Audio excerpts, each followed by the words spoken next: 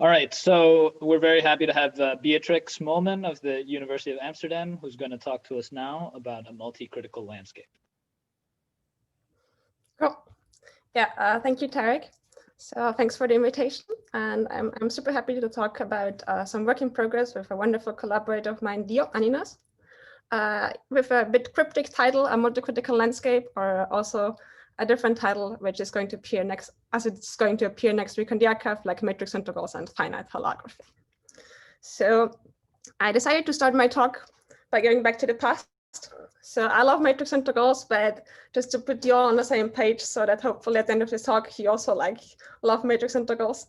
I go back to the 1950s. So, I mean, people were super excited in the beginning of the last century because they had understood the hydrogen atom, but then going to heavier nuclei, they got stuck. Until like in the 1950s, Wigner came with this super groundbreaking ansatz and he was like, yeah, okay, good. This is super difficult, so my reaction is like super difficult, kind of super difficult as well. So I just take a random Hermitian matrix, and I take this random Hermitian matrix as the Hamiltonian of my system. And then what Wigner observed is that the eigenvalue distribution of this random Hermitian matrix actually really matched the energy spectrum of heavy nuclei. And this is what's known as Wigner's surmise. As far as I know, there's no really proof for why this works, but I think it is incredibly pretty that this works. And jumping ahead, going to the Netherlands, we're coming to Taft. So heavy nuclei were kind of understood. So we're going to quarks. People were obsessed with quantum chromodynamics. There was the four-dimensional Young-Mills, and there was this perturbative parameter kind of missing, and then Taft introduced a large N limit. And 1 over N became this perturbative parameter of four-dimensional Young-Mills theory. And in this approach, Taft also realized what's known like as the Feynman diagrams, the ribbon diagrams of matrix integrals. And they are kind of connected to these discretized random surfaces. And I'm jumping ahead again. I'm going to the year which gave my talk its name. I'm coming to 1988. In this year, Kazakov introduced what's known as a multicritical matrix integral. And this multicritical gives my talk really its name. And I'm going to explain this multicritical matrix integral in my talk. Now, to a different arena that we've studied like over the last 25 years is really like the ADS-CFT correspondence. And I'm not going to tell you something new, just like trying to make you remember one fact about ADS-CFT. So the CFT is like really, it's a quantum field theory. And this quantum field theory lives on a spatial manifold. And on each point of this spatial manifold, there's like a time-dependent field limit. And so basically you have this infinite number of degrees of freedom in this CFT. And this infinite number of degrees of freedom in the CFT, it's really reflected by the fact that in the ADS, if you go close to the boundary, you have also this infinite volume, reminiscent of, in fact, this infinite number of degrees of freedom at the boundary. And one thing that's really inherently related to matrix integrals, like matrix integrals are 0 plus 0 systems. There's no space, there's no time. The only thing that's there is really like one parameter, which is the size of the matrix itself. It's like n. So one thing that I really want you to keep in mind is like, and take also from this talk, like this is like this finiteness that's really inherently related to matrix integrals. And that's why I'm super excited about studying like matrix integrals. That's what I mean by like a finite holography in the title. So now let me go to the present. So I'm here now. And we're talking about a multicritical landscape. We're talking about multicritical matrix integrals.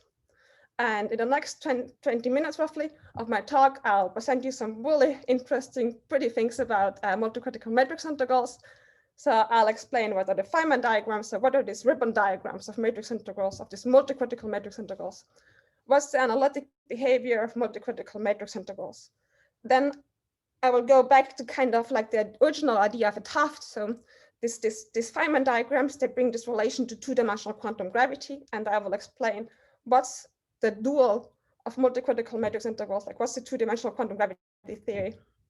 And then I'll kind of conclude by giving you some remarks on the Hilbert space, and I will also try to relate everything to two-dimensional de Sitter space.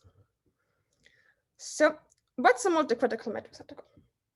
A multicritical matrix integral starts with one building block. And this one building block is an n times n Hermitian matrix. And this n times n Hermitian matrix, it's organized in this polynomial Vm over here. This is an even polynomial at m is bigger or equal to 2. And so the reason that it's called m, the subscript m is really relating to the fact that the highest order is 2m. And this alpha 2 to alpha m, they're just m minus 1 couplings, m minus 1 free parameters. And then I'm defining 0.2, and 0.2 is known as the mth multicritical matrix integral. And on my next slide, I will really dig into the multicritical, so I'll tell you why this is called multicritical. But now if you stare at 0.2, I put out this overall factor of n. So one thing that comes to your mind if you try to solve this object 0.2 is really just like a large n limit, and the large n limit, you can of course perform a saddle point approximation. And long story short, I mean, you go to the eigenvalue basis, which you can always do because it's a Hermitian matrix. And so the lambdas over here are really the n real eigenvalues of your Hermitian matrix. And this is basically the saddle point solution that you get from this matrix integral. Now, in a Hermitian matrix, the eigenvalues are all real. And originally they would be unbounded. So they would really live on the whole real axis. But as an artifact of this large n limit of the saddle point approximation, all of these n eigenvalues, they get squeezed.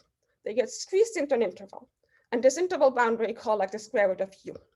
And because in squeezing these eigenvalues into this interval, I don't want to lose any of them, I have this normalization condition over here. And this imposing this normalization condition leads to this polynomial constraint 0.4. So this is a polynomial of order m in u, so which is the boundary variable. And it's a constraint equation coming from the normalization condition, basically from not losing any eigenvalues. And of course, this is a polynomial of order m. So in general, this is going to have m distinct solutions. Now, what gives the multicritical matrix integral its name is that you can tune these couplings. So we can tune these m minus 1 couplings to assume very special values. And this is known as the multicritical point. And at the multicritical point, this equation 0.4 is no longer going to have like m distinct solutions, but it has m equal solutions. So you have a 0 of order m. So u is equal to 4m is an mth order solution of this equation 0.4. So this is basic, and this is just a picture of coupling space. So this would be the m equal to 4 model. I have alpha 2, alpha 3, and alpha 4. And then pictorially, at some point in coupling space, there is this critical value, which reduces this polynomial equation to a 4th order, so to have a 4th order 0 at u is equal to 16, because it's m equal to 4. Very good. Now, very pretty, the first very pretty thing. Indeed, like the Feynman diagram, so the ribbon graphs of multicritical matrix integrals. So now for the time, we're just like going to the kind of the origin in coupling space, because we are assuming a very small coupling. We want to have a perturbative expansion. So for this, we define this quantity f, like the logarithm of m. So basically, we're just getting the connected pieces. And I just wrote down again this expression, the saddle point solution, mm. And for example, if you take like m equal to 3, which the polynomial I wrote down again over here, what you're getting is this expansion over here. And very prettily, like these numbers in front of alpha 2 and alpha 3, they're really enumerating diagrams. So because alpha 2 here is multiplying m to the power of 4, it corresponds to diagrams where vertices can emanate 4 edges. Well, of course, the alpha 3 corresponds to vertices which can emanate 6 edges. So here I drew the 2 diagrams corresponding to this 2. These are just 18 diagrams corresponding to this 18. And here I just drew 2 different kind of diagrams corresponding to this 144 over here. Of course, like this is a 6th order vertex and this is a 4th order vertex. And like I wrote down m equal to 3, just for, because it's incredibly pretty. I wrote down like one expression for m equal to 10. So which is this super, super long number over here. It's basically the connected diagram if you have like 9 different vertices, and these 9 different vertices can emanate an even number between 4 and 20 edges. So we can basically do this for arbitrary m. So one other interesting thing about multicritical matrix integrals, which is afterwards particularly going to connect to the continuum theory, is the following. So this multicritical matrix integral, it has in total m-1 distinct non-analyticities, like non-analyticities in this quantity f over here. And m-2 non-analyticities I get along very, very fine-tuned paths. So now we're really going to the multicritical point. So we're going here in coupling space to this multicritical point over here, alpha critical. We're giving each of these couplings a small deformation that I call S epsilon for all of my couplings. But then I'm telling these deformations to talk to each other. So this is essentially this equation over here, this hypersurface equation. So this hypersurface equation just constrains these deformations to talk to each other. And then in particular, we find that along this nested hypersurface over here, the free energy has this form of a non-analytic behavior. And because our prime goes from 1 to m-2, I'm indeed finding like m-2 distinct non-analyticities. In this picture, it just means that I can go, say, along the orange line, the blue line, or like one of the green lines. So, but they're very fine-tuned, these paths. On the other side, I have one very generic path. By very generic, I just mean that I allow all my couplings to go to the multicritical point. I choose one coupling, whichever I prefer. Here I chose alpha m to deviate just a tiny little bit away from the multicritical point. And then my free energy is going to scale in the following way. Just to summarize this again, the nth multicritical matrix integral, it has m-1 distinct critical exponents in the planar limit. Planar limit, I just mean like, I just consider the saddle point part of the multicritical matrix integral. And indeed, we find m-2 non-analyticities along very fine-tuned paths. And then we find one additional along a very generic path. So, and in total, we have like m-1 distinct non-analyticities. Good. So why is this cool? Why is this interesting? So this brings me to question 4. So there has been this conjecture that the nth multicritical matrix integral, like the matrix integral that I was just talking about, it has all these super pretty features. The matrix integral is dual in the large N limit, and upon tuning the couplings to the multicritical point to Lorentz theory, like a theory of two-dimensional quantum gravity, coupled to a minimal model. And this minimal model is not arbitrary, but it's like this series 2m-1, 2 of non-unitary minimal models. And this minimal model, it has like m-1 Virasoro primaries, and then of course the tower of descendants, like this infinite tower of Virasoro descendants. And I just highlight again, like this is like non-unitary. That particularly means that the central charge is negative, and that the conformal dimensions of these Virasoro primaries, they are negative. Like there's a density operator with 0 conformal weight, and everything else is going to have negative conformal weight. So what are we doing? So we are basically coupling this non-unitary minimal model to two-dimensional quantum gravity, to Lorentz theory. And so I consider this partition function 3.1. So SL over here is the Lorentz action, which I wrote down as 3.2. And here, so this is the CFT. And then I have one operator, like O delta is one of these m-1 Virasoro primaries. And there's one thing that I really want to highlight is 3.1. The metric, we consider S2 topology. So we are on the sphere, we are on S2. And so this quantity, like the sigma over here, is really fixed such that this whole object has conformal dimension 1, 1. And good. What are we getting out of this? So we're getting out of this the following. So take one of these O deltas equal to the minimal operator of your minimal model. So basically the operator with lowest conformal dimension, it's negative. This conformal dimension is negative. So you take this Virasoro primary, and then what you're going to find is that the partition function scales in the following way. It scales in the form of 3.3. And if you don't take the minimal operator, but if you take any of the other operators, like any of the other m-2 operators, then the partition function is going to scale in the form 3.4. And now, if you haven't kept it in mind, I just repeat it again in the next slide and show you where the comparison. So the m=3 multicritical model, it was this order 6 polynomial. And for that, of course, we had like 2 different couplings. We have like alpha 2 and alpha 3. And then we had previously discussed that you have like one very fine-tuned path along. So basically this was this hypersurface H3. And this is like for in this particular example, m equal to 3 is like s2 plus 10 s3. And along this hypersurface, we're going to find that f scales as epsilon to the power 3/2. And then we have the generic path along which we find the 7/3. Compare this to the 2D quantum gravity model. 2D quantum gravity coupled to this minimum model M52, like the Yang-Lee model. There you find that the partition function in the previous slide we just found, it scales as 3/2. And if I turn on the identity operator, and if on the other side I turn on the minimal conformal operator, I find the exponent 7/3. So basically, we've been matching critical exponents in between the matrix integral and the gravity to two-dimensional quantum gravity theory coupled to the minimal model. I mean, here I show m equal to 3, but this basically works for arbitrary m. So we really completely match the critical exponents. And just one highlight again, like we know which operator in the gravity theory corresponds to which path in the matrix integral. So we know how this match works.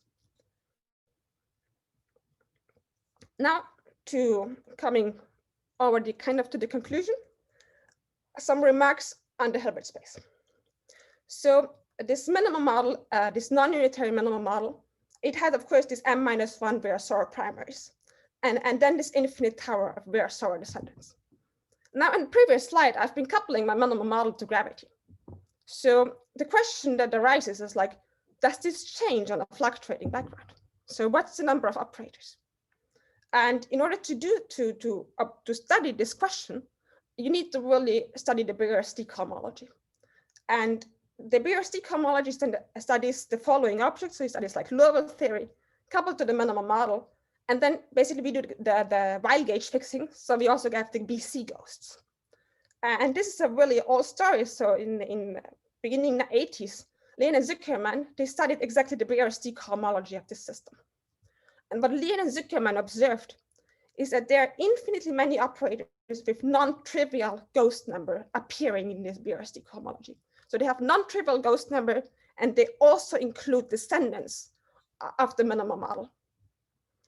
And what we studied, what we observed in this paper that's coming out next week, is that this Lien-Zuckerman operators, they are not going to contribute on S2. So basically on S2, we really only have this m-1 primaries.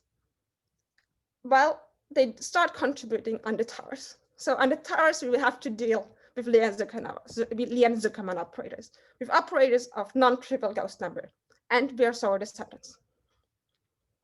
So basically, why is this also really interesting, like studying this model?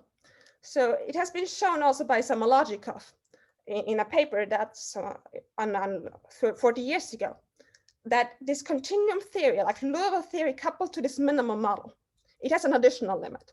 And this additional limit is a limit of very large m. So in the large m limit, this continuum theory allows another subtle point solution. And this subtle point solution, which happens if you fix the area, is nothing else than the two-sphere.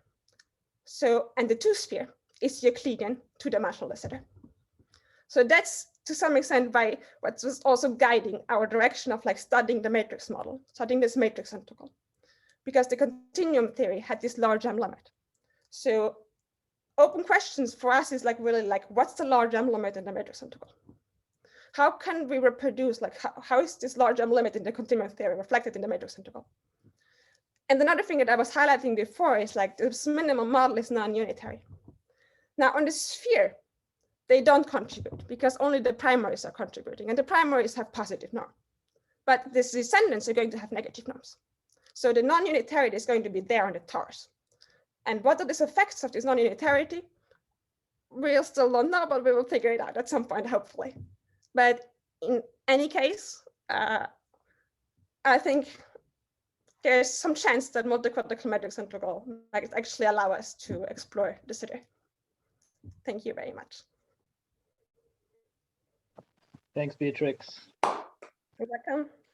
I'm gonna thank you on behalf of everybody in the audience. And now we have a few minutes for questions. So are there any questions? Sorry, I think I went a bit over time, was I? No, you're perfectly within time. Yeah. Okay, I guess I can start. My question is, Go ahead. so one thing that I thought I had learned from 2D quantum gravity is that I think there's this heuristic understanding that the descendants become pure gauge when you turn on fluctuating 2D background, because the descendants, which are modes of the stress tensor, become pure gauge. So why would the Virasoro descendants contribute on the torus? Do you have a Oh, the point is for the that? following. This is actually incredibly pretty. So not that everything else is not incredibly pretty. Okay, good, whatever. I have to decide. No, so the point is really that these Lie and Zuckerman operators. So basically, they would they would pop up here. So one of these O delta would be one of the Lie and Zuckerman operators. And basically, like a Lie and Zuckerman operator, like Lie and Zuckerman, it's of the form like there's a B ghost, there's a C ghost. I mean, it's the holomorphic piece. So then there's a matter primary, and then there's a vertex operator of the lower theory. And so you have this B and C over there. But if you put them to, like, if you basically take one, like this one equal to this O delta, then if you calculate the correlation function of this object, it's not going to contribute on a sphere because of Riemann-Roch. So Riemann-Roch tells you that the non-vanishing correlation function of B and C ghosts, like the number, tells you basically the number of C ghosts minus the number of B ghosts is equal to 3/2 times chi, like the Euler characteristic of the surface. But for the sphere, chi is 2. And so for like the Lie and Zuckerman operator, they have like basically like this equal number of like B and C ghosts. So I can never contribute on the sphere. But for the torus, chi is equal to 0. So they will start contributing on the sphere. And because some of this matter contribution is really like descendants, so they will really start contributing. Like on the torus, we will have to deal with this Lie and Zuckerman operators. So, but they're novel things, like they're just appearing this BRST cohomology, which like Lie and Zuckerman, like the two mathematicians, basically they studied this pretty hardcore.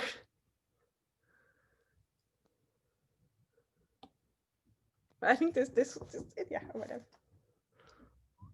Sorry, I'm excited about Riemann-Roch very clearly. I see, but I guess based on, so the intuition that these descendants are pure gauge is only true on the sphere, and this would suggest to you that they're not pure gauge on the torus or something like that. Something like that, I guess, yeah. Thanks. You're welcome. Are there any other questions? Yeah, can I ask you a question? Sure.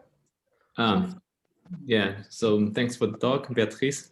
Can you comment a bit on your last point that you were saying your MMI will give some hints on stuff?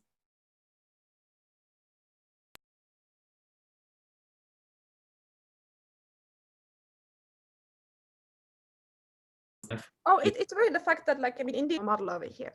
So this cool continuum theory, and this has been shown by some logic of Will and that this model admits. So if you fixed, so basically if you take this partition function that I was writing down previously, so if you take this partition function over here, you fix the area over here. So you include a delta function that fixes the area, and then you take the operator, the identity operator, then you can rescale your quantities, and then you get an overall M outside, and then you perform a large M saddle point solution, like saddle point equation, saddle point approximation, and then the geometry that you're going to find is a two-sphere. And a two-sphere is basically a Euclidean two-dimensional Lassiter. So this finding, like the saddle point, which is a Euclidean two-dimensional Lassiter, as like one of the things that for us is really interesting. Of course, this is Euclidean, and we're fixing the area. So if you really want to go to Lorenzo, you have to drop this area constraint, and we're like, this is still like a bit of an open question how to do these things, but it's really like this two-sphere that's popping up that's relating us to two-dimensional Lassiter. Okay, so basically your point is that since you have a positive curvature space, then it's related to But can we like study the hyperbolic space? I mean, Here yeah, sure, but for that, I mean, basically, I mean, remember the point that I was making before, that we are having here, like, we are coupling, like, the metric, the topology over here is S2. So maybe if you're referring to like, I mean, of course, this minimal models, they also pop up in this recent papers by Saj Shankar, Stanford, like the JT gravity. But for them, the metric over here, like, they are not, they don't consider S2 topology, but they consider the topology of the disk. And this is actually already going back to Samologikov. So this is like the pseudosphere of paper by Samologikov, when they've been studying like this whole object on the disk topology. And there, if you take the semi-classical limit, like this limit of like B going to 0, basically M going to infinity, there you get the Planck radius. There you get really like the Euclidean ADS2 black hole. So, but for us, we are really studying everything on the sphere topology. Okay, thank you. You're welcome.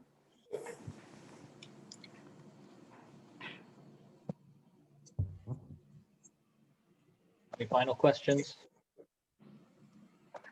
May I ask you a very naive question? Yeah, so like as long as I know when the dimension is 2, so every geometry is conformal to a flat geometry, then I mean, what's the difference that I consider sphere and like other geometries? Because you know they are just related to each other by conformal transformation. So I'm not sure I completely get your point. Yeah, so well, yeah, I guess this is just a very naive question. I mean, so like you speculate on the sphere case, and then you're wondering maybe there's some relationship with the Sitter quantum gravity in the 2-dimensional case. Mm-hmm. But I guess in 2 dimensions, so like any geometry is conformal to the flat geometry, or in other words, any geometry is conformally equivalent to each other. Mm-hmm. Then they are just related by simple conformal transformation. Mm-hmm. Then since your theory is in some sense conformal, so then why is the sphere special in this sense? Or I mean, I think the point is here, like, I mean, also that we are matching like this critical exponents to the matrix integral. I see. Yeah.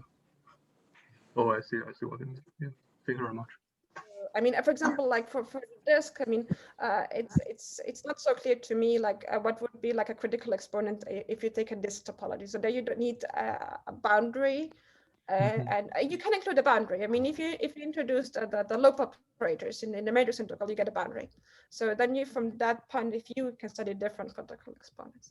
But the way we've done it before, like I guess that's might answer your question, but happy to discuss more if it doesn't answer your question.